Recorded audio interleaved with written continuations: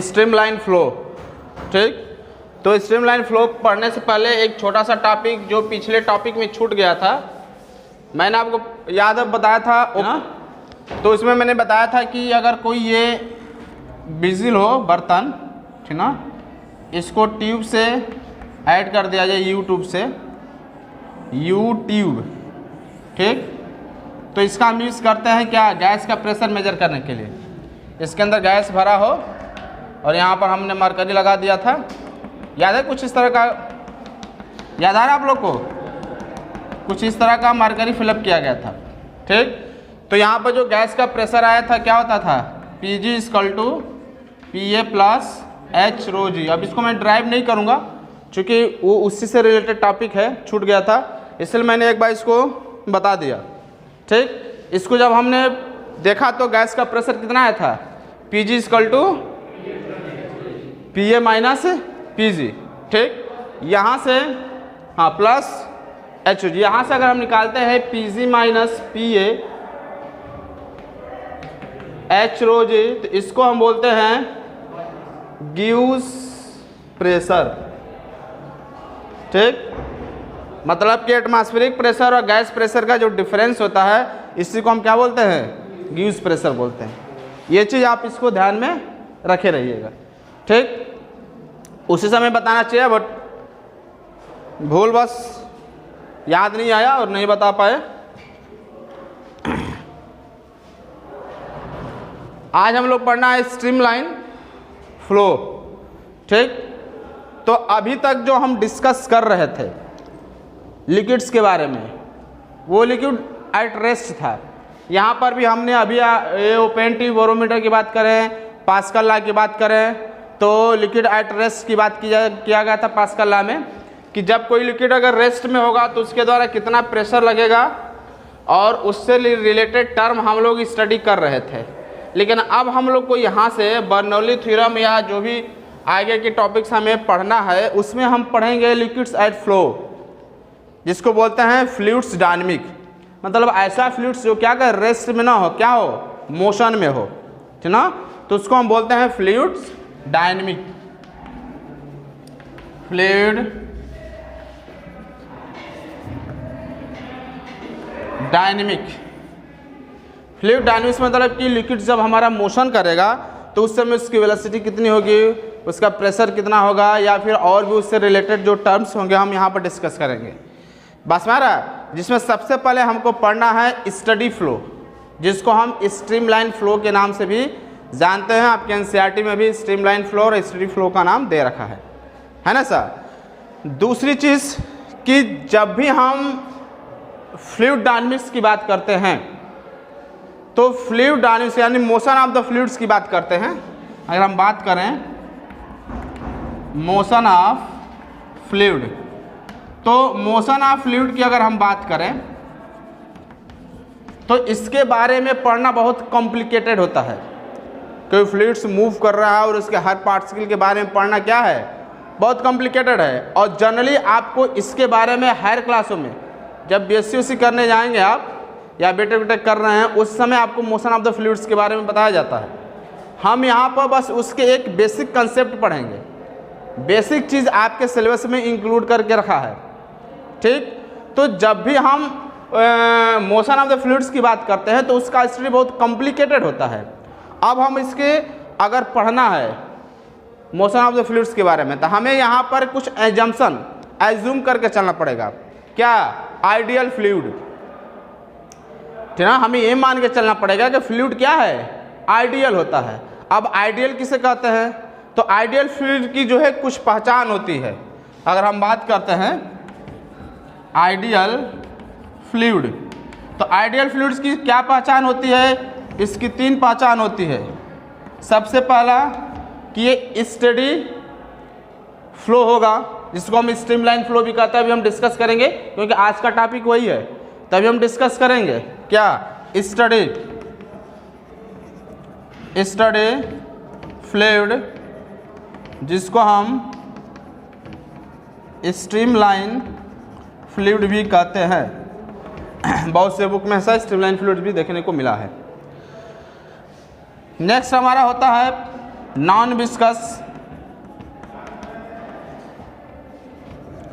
Non viscous होता है कि आइडियल फ्लूइड जो है हमारा स्टडी फ्लूइड होना चाहिए, नॉन विस्कस होना चाहिए। इसके बाद क्या होना चाहिए? इनकम्प्रेसिबल, इनकम्प्रेसिबल होना चाहिए। नेक्स्ट हम क्या कर सकते हैं? इरोटेशनल। अभी सबके बारे में हम देखेंगे कि क्या टर्म्स कहता है इसका मतलब। ऐसे मैंने आपको अभी नाम बताया, इरोटेशनल, इरोटेशनल ये आइडियल फ्लूइड्स की क्या है? लक्षण है, कह सकते हैं कि अगर इस किसी फ्लूइड्स के अंदर ये सारा कंडीशन है, ये सारा नेचर अगर शो कर रहा है, तो ऐसे फ्लूइड्स को हम क्या बोलेंगे? Ideal fluids. और जब हमें मोशन ऑफ डायनामिक पढ़ना है तो हमें आइडियल कंसीडर करके चलना पड़ेगा, नहीं तो इतना कॉम्प्लिकेटेड होगा तो फिर हम उसको उतना आसानी से, हम लोग के आसान नहीं होगा उसके बारे में पढ़ना। बस हमारा तो अपने इस स्टडी को थोड़ा सिंपल बनाने के लिए हमें क्या करना पड़ेगा? ये सपोज करके चलना पड़ेगा कि हम जिस फ्लूइड्स के बारे में, जिस फ्लूइड्स के डायनामिक्स के बारे में या फ्लूइड डायनामिक्स के बारे में जब हम स्टडी करेंगे तो हम ये सपोज करके चलेंगे कि हमारा मोशन कैसा है फ्लूइड्स का? आइडियल है। यानी उसको कैसा करना चाहिए मोशन? स्टडी मोशन हो, नॉन विस्कस मोशन हो, इनकम्प्रेसिबल हो और नॉन रोटेशन हो। ठीक, तो फिलहाल हम इसके बारे में चर्चा करते हैं, तो फिर आएंगे मेन टॉपिक पर, जो आज का टॉपिक है steady fluid and streamline fluid. Non viscous क्या होता है? नॉन विस्कस होता है कि there is no friction offer between the layer of the fluids. Fluids के दो लेयर के बीच कोई फ्रिक्शन ना हो। अगर कोई ऐसा फ्लूइड्स हो, दो लेयर एक दूसरे के ऊपर अगर मोशन कर रहा है तो उनके लेयर के बीच में कोई फ्रिक्शन ना होगा, तो ऐसे फ्लूइड्स को हम क्या बोलेंगे? Non viscous fluids.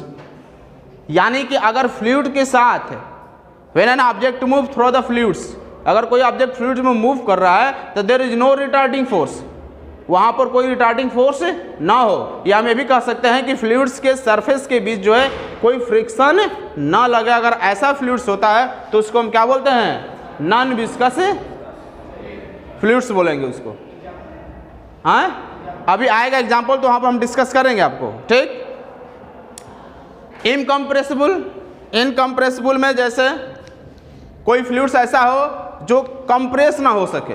कितना हो कंप्रेस करें, कंप्रेस ना, मतलब उसकी डेंसिटी ना बदले। कंप्रेस हो जाएगा तो क्या हो जाएगा? वॉल्यूम घट जाएगा, वॉल्यूम घटेगा तो डेंसिटी बदल जाएगी, बदलेगी ना। तो हम ये यहाँ कंसिडर करके चलेंगे कि लिक्विड हमारा कंप्रेस ना होता हो। इनकम्प्रेसिबल का मतलब साफ क्लियर हो कि जो कंप्रेस ना किया जा सके, यानी उसकी डेंसिटी क्या हो? चेंज ना हो। तो ऐसे लिक्विड्स को हम क्या बोलेंगे? आइडियल फ्लूइड्स, अगर ये नेचर होगा तो। रोटेशनल में थोड़ा बहुत समझ लीजिए, फिर इसके बारे में आएगा। रोटेशनल मतलब कि लिक्विड्स हमारा इस तरह रोटेट ना करे, एंगुलर मोमेंटम जिसको हम ओमेगा कहते हैं वो उसके पास ना हो। Liquid have there is no angular momentum, liquids के पास एंगुलर मोमेंटम ना हो। जैसे सपोज दैट कि मान लीजिए यहाँ से लिक्विड फ्लो कर रहा है, फ्लो कर रहा है ना आपका, और यहाँ पर आप क्या क्या कोई स्टोन आप रख देंगे उसके पाथ पे, तो यहाँ पर लिक्विड्स क्या होता है? ऐसे घूम कर मूव करने लगता है, यानी ऐसे रोटेट करने लगता है। कभी कभी आप गए होंगे नदी उदी के किनारे तो आप देखते होंगे कहीं पानी एकदम एक बराबर फ्लो करता है और कहीं पानी इस तरह गोल गोल गोल गोल घूमता है, तो वो क्या होता है? रोटेशनल बोलते हैं उसको। ऐसा नहीं होना चाहिए लिक्विड्स में। अगर ऐसा होगा तो फिर उसको हम आइडियल फ्लूइड्स नहीं कहेंगे, मतलब वो एकदम स्ट्रेट लाइन मोशन करे, बस माना ना, तो हम बोलेंगे उसको आइडियल है। अगर ई रोटेशनल कह रहा है, ई रोटेशनल होना चाहिए, रोटेशनल नहीं होना चाहिए वो, बस माना ना, ऐसे रोटेट ना करे, गोल गोल गोल गोल वो ना घूमे। कुछ क्लियर हो रहा है मैं क्या कह रहा हूँ? नॉन विस्कस में क्या होता है? फ्रिक्शन ना हो, लेयर दो लिक्विड के दो सरफेस के बीच क्या हो? लेयर के बीच फ्रिक्शन ना हो।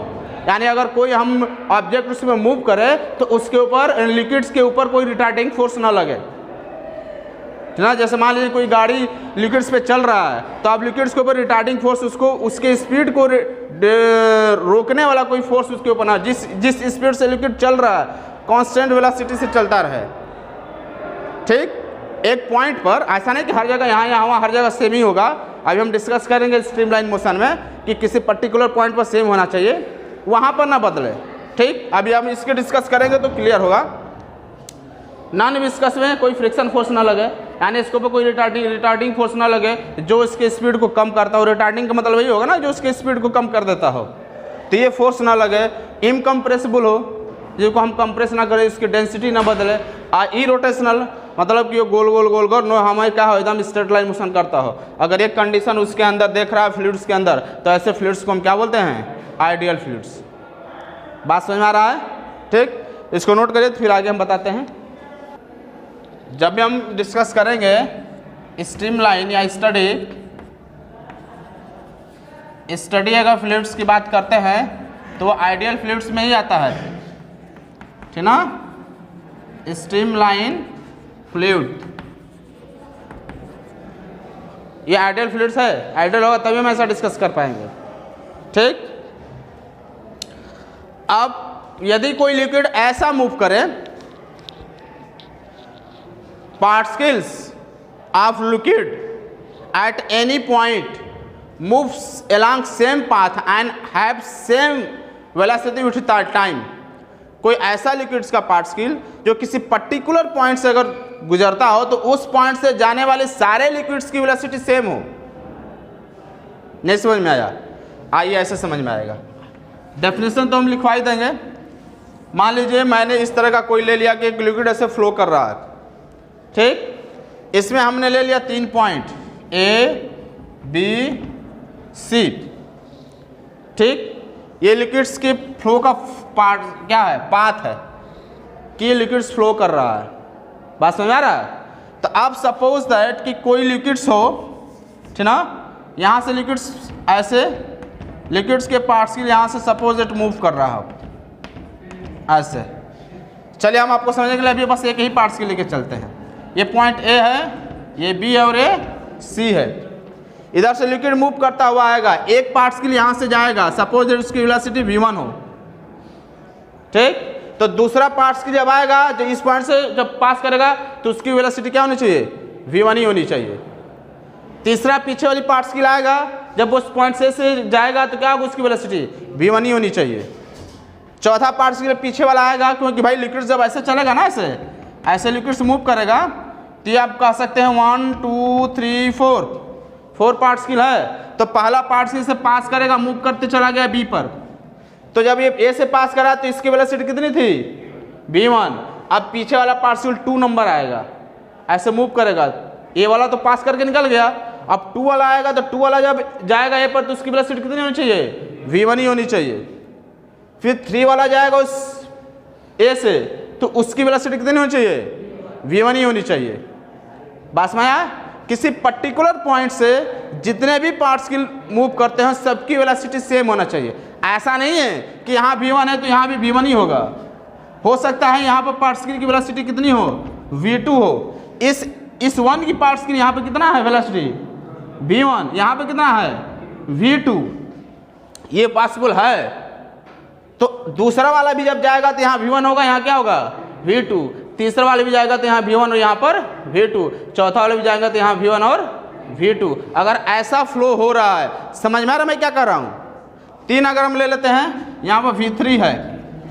अगर हाँ दूसरी चीज़ कि एक जो पाथ कवर कर रहा है दूसरा भी वही पाथ कवर करे, सेम पाथ पर। जैसे ए वाले का, ये फर्स्ट वाले पार्टिकल का पाथ अगर ए से बी है, ऐसे ए से बी जा रहा है, तो सेकेंड वाला भी ए से बी ही जाना चाहिए। थर्ड वाला भी क्या? ए से बी। फोर्थ वाले भी किस? उसी same along the same path जाए। और जहाँ जहाँ ए की वेलोसिटी जितनी जितनी होगी, पीछे वाली पार्टिकल की वेलोसिटी वहाँ पर उतनी उतनी ही होनी चाहिए। बात समझ में क्या कर रहा हूँ? अगर ए वाला अगर ये 1 पार्टिकल की वेलोसिटी यहाँ पर v1 हो, यहाँ पर v2 हो, यहाँ पर v3 हो, यहाँ पर v4 हो, तो पीछे वाला भी जाएगा तो यहाँ पर v1, यहाँ पर v2, यहाँ पर v3, यहाँ पर v4। उसके पीछे वाला भी जाएगा तो यहाँ पर v1, यहाँ पर v2, यहाँ पर v3, यहाँ पर v4। उसके पीछे वाला भी जाएगा तो वही होगा। कुछ क्लियर हो रहा मैं क्या कर रहा हूँ? कि किसी पर्टिकुलर पॉइंट से जाने वाले सारे लिक्विड्स की वेलोसिटी क्या होगा? सेम होगा। मैं ये नहीं कर रहा हूँ कि पूरा कांस्टेंट होगा। बच्चे कंफ्यूज कर जाते हैं कि सबका सेम होगा। नहीं, 2 जगह डिफरेंट हो सकता है, लेकिन किसी पर्टिकुलर पॉइंट पर हर लिक्विड्स की वेलोसिटी क्या होगा? लिक्विड्स के हर पार्टिकल की वेलोसिटी क्या होगा? सेम होगा। यहाँ पर एक का जितना होगा ना, अब इसे पास करने वाले सारे पार्टिकल की वेलोसिटी क्या होगा? वही होगा।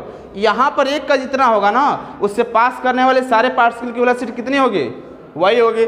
मान लीजिए यहाँ पर 10 है, सपोज दैट 10, यहाँ पर कितना है 20, यहाँ पर कितना है 30। तो अब इस पॉइंट से जितनी भी जाएगी वेलोसिटी, सबकी वेलोसिटी कितनी होगी, 10 ही रहेगी। इस पॉइंट से जितनी भी वेलोसिटी जाएगी उसकी सबकी कितनी होगी, 20 ही रहेगी। यहाँ से जितनी भी पार्टिकल फ्लो करेगा उसको क्या होगा, 20 ही होगा। अगर इस तरह का फ्लोवेशन है, दैट फ्लोवेशन is called the steady flow या स्ट्रीमलाइन। हाँ, दूसरी चीज कि पाथ भी क्या होना चाहिए, सेम होना चाहिए।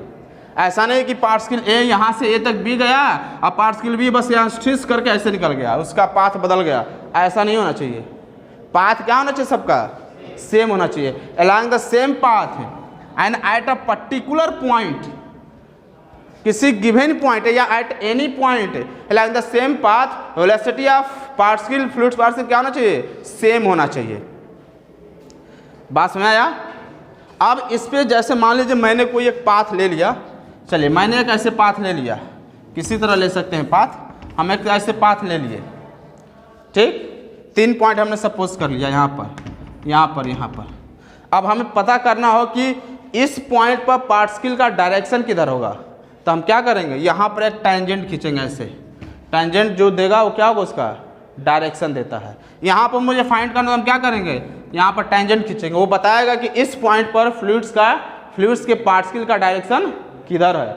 इस पॉइंट में मुझे पता करना हो तो क्या करेंगे, यहाँ पर हम टेंजेंट ड्रा कर देंगे और टेंजेंट हमें ये बताएगा कि इस पॉइंट पर जो फ्लूइड्स के पार्टिकल है उसका डायरेक्शन किधर होगा, वो इस डायरेक्शन में जा रहा है। तो इस पाथ के अलांग अगर पार्टिकल जा रहा है तो जो यहाँ पर वेलोसिटी होगा, सारे पार्टिकल की वेलोसिटी यहाँ पर सेम होगा। हाँ, यहाँ और यहाँ का डिफरेंट हो सकता है, आप ये मत सोचिएगा कि हाँ यहाँ सब एक ही जैसा होगा। 2 अलग अलग पॉइंट पर डिफरेंट हो सकता है, लेकिन किसी पर्टिकुलर पॉइंट पर, इस पॉइंट पर एक का जितना होगा दूसरे का भी क्या होगा, उतना ही होगा। यहाँ पर एक का जितना होगा दूसरे का क्या होगा, मतलब फील हो रहा है मैं क्या कह रहा हूँ, कहने का मतलब समझ में आ रहा है। तो ऐसे फ्लो को हम क्या बोलते हैं, स्टडी फ्लो या स्ट्रीमलाइन फ्लो। बात समझ आया। तो लिखिए स्टडी फ्लो या streamline flow. When a liquid move such that the particle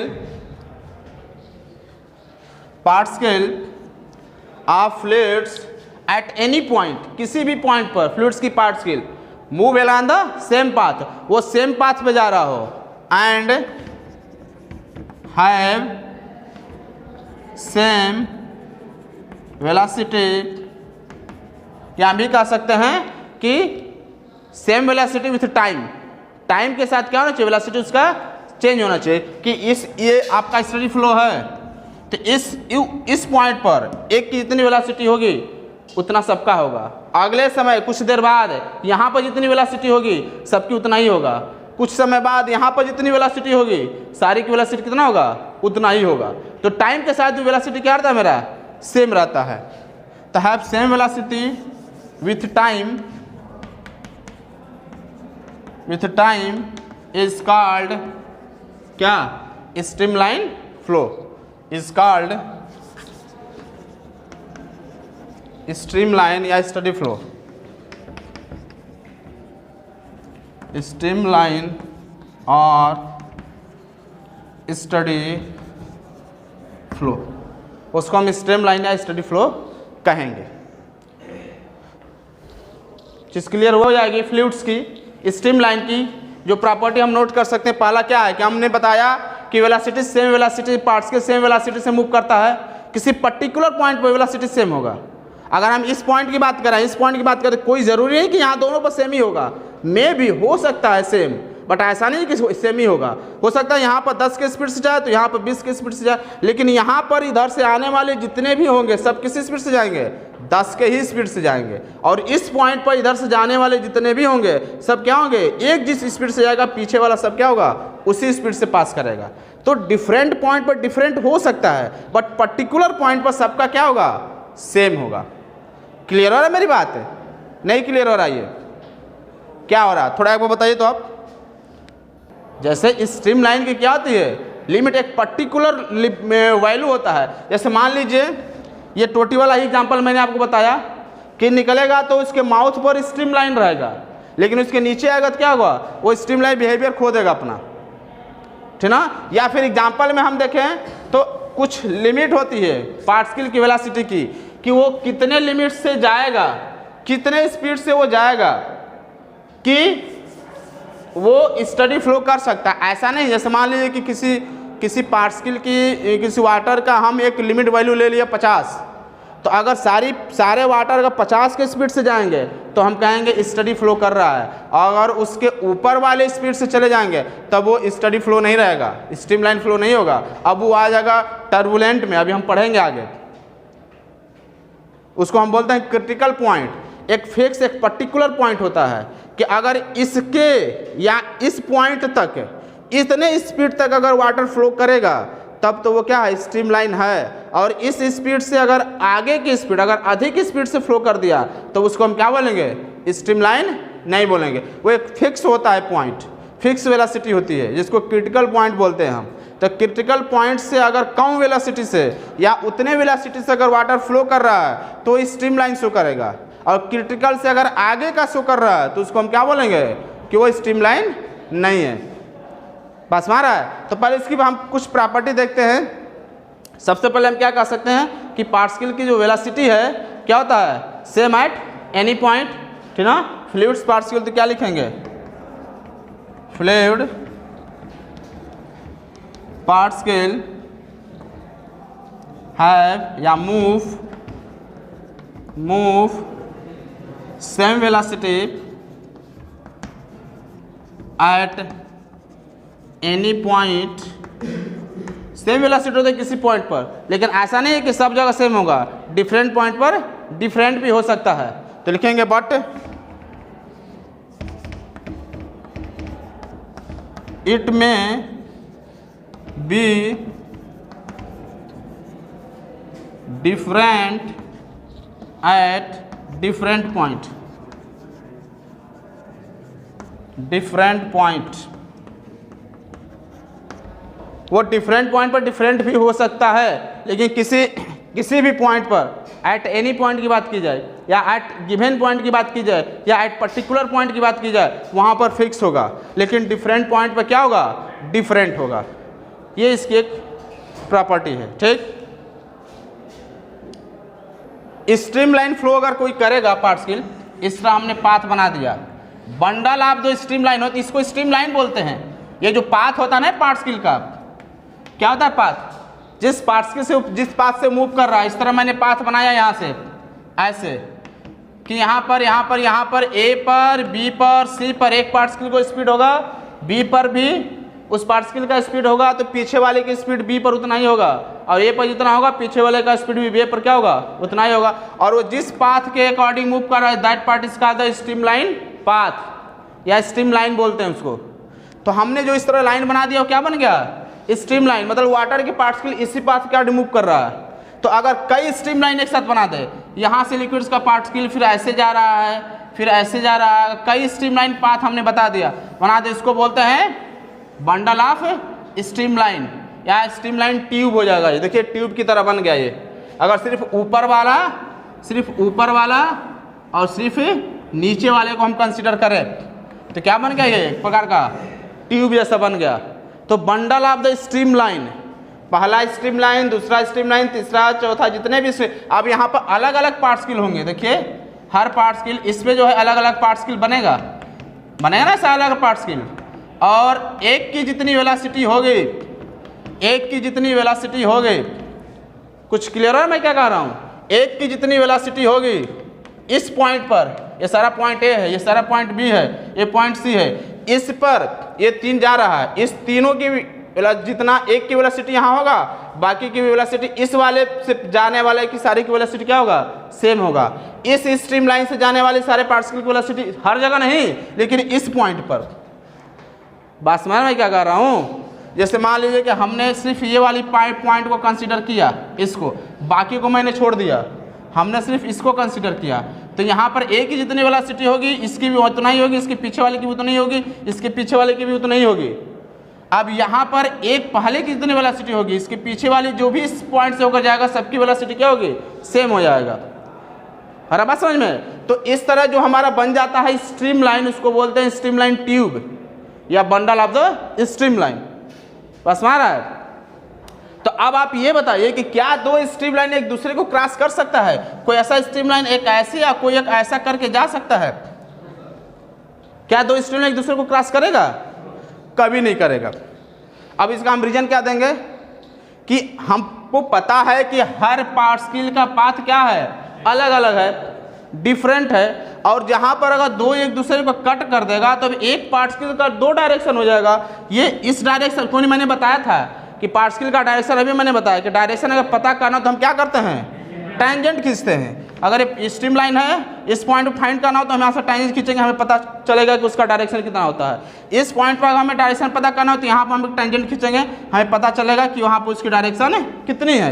यहाँ पर हमें पता करना हो तो हम यहाँ पर एक टेंजेंट खींचेंगे, बताएंगे उसका डायरेक्शन कितनी है। तो अब हम यहाँ पर अगर एक पॉइंट लेते हैं और उसका डायरेक्शन फाइंड करना होगा, तो अगर इसके अकॉर्डिंग फाइंड करते हैं डायरेक्शन तो इधर मूव करेगा, और इसके अकॉर्डिंग डायरेक्शन फाइंड करते हैं कहाँ जाएगा? इधर मूव करेगा। तो एक ही पॉइंट पे क्या करेगा? ये दो डायरेक्शन शो करेगा, करें दो डायरेक्शन। जो अगर दो डायरेक्शन शो कर दिया तब तो आपका स्ट्रीम लाइन क्या होगा? कंडीशन फेल कर गया। स्ट्रीम लाइन कंडीशन क्या करता है? Move along the same path. कहाँ लिखवाए हम? यहाँ पर कहीं लिखवाए थे, move along the same path. Same path वो मूव करता है। तो अब ये सेम पाथ कहाँ रह गया? ये तो दोनों एक ही पार्टिकल का दो पार्ट हो गया, एक इधर पाथ जा रहा और एक इधर पाथ जा रहा। तब तो स्ट्रीमलाइन कंडीशन फेल हो गया ना। तो अब स्ट्रीमलाइन कंडीशन फेल होगा तो उसको हम स्टडी फ्लो कहेंगे नहीं। इसलिए दो जो स्ट्रीमलाइन कभी एक दूसरे को क्रॉस नहीं करता है। तो नेक्स्ट पॉइंट हम क्या लिखेंगे कि two streamline never cross to each other, एक दूसरे को क्रॉस नहीं करता है। तो नेक्स्ट पॉइंट हम यहाँ लिख सकते हैं two streamline never cross each other. दो स्ट्रीमलाइन एक दूसरे को कभी क्रॉस नहीं करता है। रीजन समझ में आया इसका? क्या रीजन है, क्या होगा बताइए एक बार आप। चलिए, अगर स्टडी फ्लो की कंडीशन फ्लो नहीं करेगा, कैसे हम एक्सप्लेन करेंगे नहीं करेगा फ्लो? अगर दो स्ट्रीमलाइन दूसरे को इंटरसेक्ट कर देगा तो हम कैसे एक्सप्लेन करेंगे कि स्टडी फ्लो नहीं शो कर रहा है? हाँ, एट इंटरसेक्शन पॉइंट, जैसे मैंने अभी आपको यहाँ दिखाया एट इंटरसेक्शन पॉइंट। इसको इरेज करते रहे, ये एक ऐसे क्रॉस किया, एक ऐसे क्रॉस किया। तो एट इंटरसेक्शन पॉइंट इस पाथ के अकॉर्डिंग डायरेक्शन ये और इसके अकॉर्डिंग डायरेक्शन ये, तो एक ही पॉइंट पर दो डायरेक्शन दिखा रहा है। तो फिर स्ट्रीमलाइन कहाँ रह गया? स्ट्रीमलाइन तो ये कहता ना कि सेम डायरेक्शन में जाना चाहिए, सेम पाथ पे जाना चाहिए। तो ये दो पाथ दिखा रहा है उस पॉइंट पर। मान लीजिए यहाँ तो अलग अलग, हाँ हर जगह अलग दिखा रहा है, लेकिन जहाँ इंटरसेक्ट कर रहा है वहाँ पर दो दिखा रहा है। अब दो दिखा देगा वहाँ पर तो फिर स्ट्रीमलाइन का कंडीशन क्या होगा? मेरा फेल कर जाएगा। तो इसलिए दो इंटरसेक्शन जो है, दो जो है स्ट्रीमलाइन पॉइंट एक दूसरे को क्रॉस कभी नहीं करता है। बात क्लियर हो रहा है? और एक पॉइंट हम क्या लिख सकते हैं इसमें कि टेंजेंट एट अ पॉइंट, इसको इरेज करें। नेक्स्ट हम क्या लिख सकते हैं कि टेंजेंट एट एनी पॉइंट क्या देता है? Direction of fluid particle, direction बताता है किधर फ्लो करता है। तो लिख सकते हैं tangent at any point of streamline give the direction of fluid particle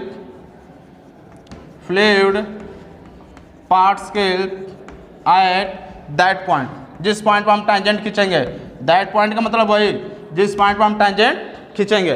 जैसे स्ट्रीमलाइन फ्लो है, हमें इस पॉइंट पर डायरेक्शन फाइंड करना है तो इस पर एक टेंजेंट खींच देंगे, ये आपको डायरेक्शन बताएगा। इस पॉइंट पर हमें डायरेक्शन फाइंड करना है तो यहाँ पे एक टेंजेंट खींच देंगे, ये आपको डायरेक्शन बताएगा। तो जो टेंजेंट होता है जिस पॉइंट पर खींचेंगे उस पॉइंट पर फ्लूइड के पार्टिकल का डायरेक्शन बताता है। तो हम यहाँ पर कुछ इसके स्टडी फ्लो में इसके क्या कर सकते हैं, लिख सकते हैं प्रॉपर्टी को। ठीक, अब हमारा बच जाता है क्या? टर्बुलेंट लिक्विड्स क्या होता है, ठीक ना? तो उसको थोड़ा डिस्कस कर लेते हैं, छोटा सा टॉपिक है, इरेज करें इसे। टर्बुलेंट में क्या होता है? जैसे सपोज दैट कि कोई पार्टिकल हमारा स्ट्रेट लाइन मोशन, मतलब कि स्ट्रीम लाइन मोशन कर रहा है, स्टडी फ्लो हो रहा है, ठीक ना? यहाँ से सपोज दैट कि स्टडी फ्लो हो रहा है, ऐसे स्टडी फ्लो हो रहा है ऐसे, ठीक। और कोई फ्लो ऐसे कोई लिक्विड्स फ्लो कर रहा है, इसके बीच में हम पत्थर डाल देंगे, तो पत्थर डालेंगे तब लिक्विड क्या करेगा, इसको होल करके तो जाएगा नहीं, लिक्विड कुछ इस तरह फ्लो करेगा। अब इसके सरफेस पे ऐसा होता हुआ लिक्विड जाएगा ना यहाँ से ऐसे, ओके। इसको ऐसे हमने यहाँ पर क्या किया, एक ऐसा स्टोन रख दिया तो लिक्विड क्या करेगा, अब यहाँ से ऐसे ऐसे ऐसे ऐसे फ्लोट करेगा कि नहीं लिक्विड, ऐसे आएगा तो कुछ इस तरह का। अब यहाँ पर क्या होगा, ऐसे जब फ्लो हो जाएगा जिसको हम क्या बोलेंगे, गोल गोल घूमने लगेगा, वहाँ पर ऐसा फ्लो होता है तो उसको हम क्या बोलते हैं, टर्बुलेंट फ्लूइड्स। अब यहाँ पर स्ट्रेट लाइन मोशन नहीं है, जैसे यहाँ से लिक्विड फ्लो कर रहा है उसके पास में क्या होगा, स्टोन आ जाए या कोई ऐसा चीज आ जाए जो उसके पाथ को डिस्टर्ब कर दे। उस कंडीशन में क्या होता है, जैसे मान लीजिए कि यहाँ एक स्टोन मैंने रख दिया, लिक्विड यहाँ से आ रहा है, लिक्विड इसके सरफेस से क्या करेगा, कोलाइड करेगा, कोलाइड करता है तो जंप करेगा तो ये जो पार्टिकल है ना, पता चलता है कि आगे वाला 1 नंबर 2 नंबर 3 नंबर, 1 नंबर पीछे ही रह गया और 2 नंबर जंप करके पता चलेगा आगे निकल जाता है। जंप करेगा तो आगे पीछे हो सकता है ना पार्टिकल, तो पता चलेगा आगे वाला पीछे, पीछे वाला आगे, तो अब वो स्टेडी फ्लो कहाँ रह गया, और ऐसे फ्लो को हम क्या बोलेंगे, टर्बुलेंट फ्लो। बस में आया। तो ये हमारा टर्बुलेंट फ्लो कब होता है, जब कोई फ्लूइड्स जा रहा है उसके पाथ में कोई ऑब्जेक्ट आ जाए, जैसे मैं स्टोन रख दिया, कोई पत्थर रख दिया, कुछ रख दिया, तो अब वो क्या करेगा, अपना पाथ को क्या करेगा, चेंज करके जाएगा, अब इस तरह कर्व बनाता हुआ जाएगा, तो उसको हम बोलेंगे टर्बुलेंट फ्लो। क्लियर हो रहा है बात, स्ट्रीम लाइन फ्लो और टर्बुलेंट फ्लो, ठीक। तो इस वीडियो में बस इतना ही, फिर हम नेक्स्ट वीडियो में मिलते हैं नेक्स्ट टॉपिक के साथ।